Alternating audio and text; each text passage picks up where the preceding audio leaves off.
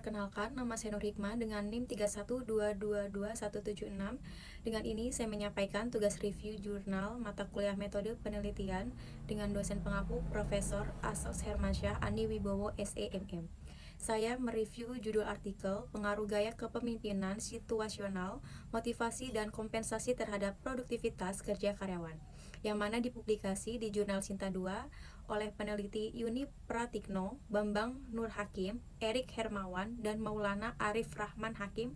Terbelakang penelitian ini muncul karena persaingan bisnis mendorong perusahaan, termasuk industri manufaktur Timber Kudus, untuk meningkatkan produktivitas kerja pada variabel Y, faktor gaya kepemimpinan situasional, motivasi, dan kompensasi diduga berpengaruh signifikan. Adapun rumusan masalahnya yaitu bagaimana pengaruh gaya kepemimpinan situasional, motivasi, dan kompensasi terhadap produktivitas kerja. Selanjutnya terdapat pertanyaan penelitian. Apakah gaya kepemimpinan situasional mempengaruhi produktivitas kerja? Kemudian, apakah motivasi kerja berdampak pada produktivitas? Dan yang terakhir, apakah kompensasi memberikan kontribusi terhadap produktivitas? Dengan tujuannya adalah untuk menguji pengaruh dari ketiga variabel bebas tersebut secara parsial terhadap produktivitas kerja karyawan. Dalam penelitian ini digunakan beberapa teori sebagai landasannya. Yang pertama yaitu terdapat gaya kepemimpinan situasional yang mengacu pada teori Kurniawan pada tahun 2021 yang menjelaskan bahwa pemimpin yang mampu menyesuaikan gaya kepemimpinannya dengan kesiapan karyawan akan lebih efektif dalam meningkatkan kinerja. Selanjutnya, terdapat motivasi kerja merujuk pada teori Putra pada tahun 2021 yang menunjukkan bahwa dorongan dari dalam diri karyawan dapat mempengaruhi produktivitas secara signifikan. Dan yang terakhir yaitu kompensasi menurut Adriani pada tahun 2019 mampu memacu semangat kerja bila diberikan secara adil dan transparan. Nah, di sini terdapat hipotesis penelitian yang mana pada hipotesis 1 itu terdapat gaya kepemimpinan situasional berpengaruh positif terhadap produktivitas kerja. Selanjutnya terdapat hipotesis 2 yang mana motivasi berpengaruh positif terhadap produktivitas kerja. Dan yang terakhir terdapat hipotesis 3 yang mana kompensasi berpengaruh positif terhadap produktivitas kerja. Nah, bisa dilihat juga dari kerangka pemikiran penelitian ini disusun berdasarkan hubungan antar variabel tersebut terhadap produktivitas kerja sebagai variabel yang terikat. Selanjutnya, metode penelitian ini menggunakan pendekatan kuantitatif dan pengolahan data yang dilakukan dengan SPSS versi 21. Populasi dalam penelitian ini adalah seluruh karyawan bagian produksi di industri Timber Kudus, yaitu sebanyak 110 orang. Untuk pengambilan sampelnya dilakukan dengan metode accidental sampling dan menggunakan rumus Slovin, sehingga didapatkan jumlah sampel sebanyak 86 responden. Pengukuran data dilakukan melalui kuesioner online dengan skala Likert 1-5. Adapun variabel-variabel dalam penelitian ini yaitu independen, gaya kepemimpinan situasional, motivasi kerja, dan kompensasi. Untuk dependennya yaitu produktivitas kerja karyawan.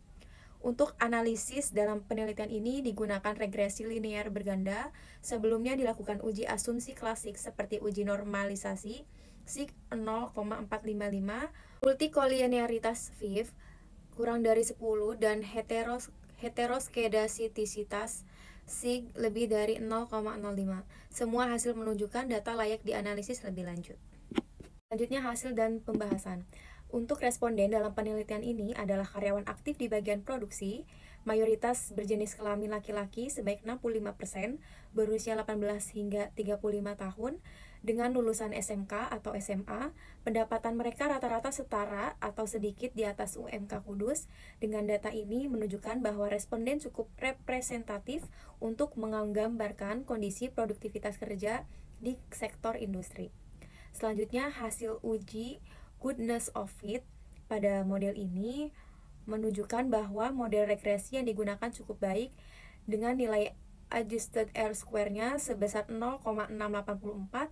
Artinya ketiga variabel bebas ini mampu menjelaskan 68,4% variasi dalam produktivitas kerja, sedangkan sisanya itu dipengaruhi oleh faktor lain.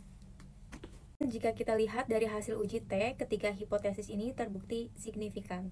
Yang pertama, terdapat gaya kepemimpinan situasional memiliki nilai signifikansi sebaik 0,015, motivasi kerja menunjukkan nilai 0,17, dan juga kompensasi dengan nilai 0,024. Nah, semua nilai ini nih di bawah 0,05, yang artinya ketiga variabel berpengaruh secara parsial terhadap produktivitas kerja. Nah, untuk lebih jauh lagi, nilai koefisien regresi tertingginya adalah 0,398 pada variabel gaya kepemimpinan. Nah, ini menunjukkan bahwa penyesuaian gaya kepemimpinan terhadap kondisi karyawannya itu memiliki pengaruh yang paling besar dalam mendorong produktivitas kerja. Adapun temuan ini sejalan dengan teori Hersey dan Blanchard, efektivitas kepemimpinan tergantung pada kesiapan bawahan. Selanjutnya, sejalan juga dengan teori motivasi Maslow dan Herzberg, yaitu pemenuhan kebutuhan mendorong performa, dan yang terakhir teori harapan dan ekuitas, yaitu kompensasi yang adil mempengaruhi semangat kerja dan loyalitas.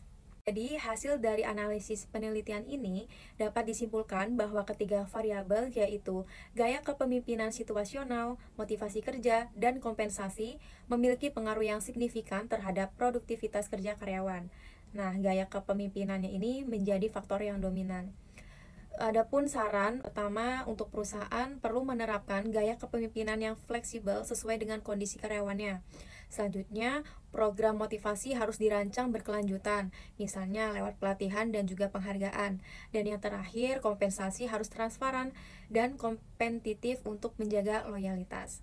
Dan untuk saran penelitian berikutnya, disarankan untuk menambahkan variabel lain seperti budaya organisasi ataupun lingkungan kerja, serta menggunakan metode analisis seperti SEM, yaitu Structural Equation Modeling, untuk menggali hubungan yang lebih kompleks lagi. Sekian, terima kasih. Wassalamualaikum warahmatullahi wabarakatuh.